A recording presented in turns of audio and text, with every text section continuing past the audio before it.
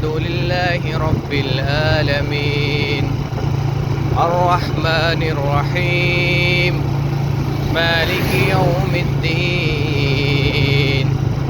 إياك نعبد وإياك نستعين اهدنا الصراط المستقيم صراط الذين أنعمت عليهم غير المغضوب عليهم ولا الضالين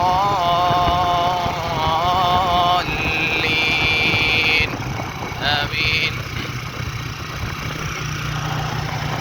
بسم الله الرحمن الرحيم.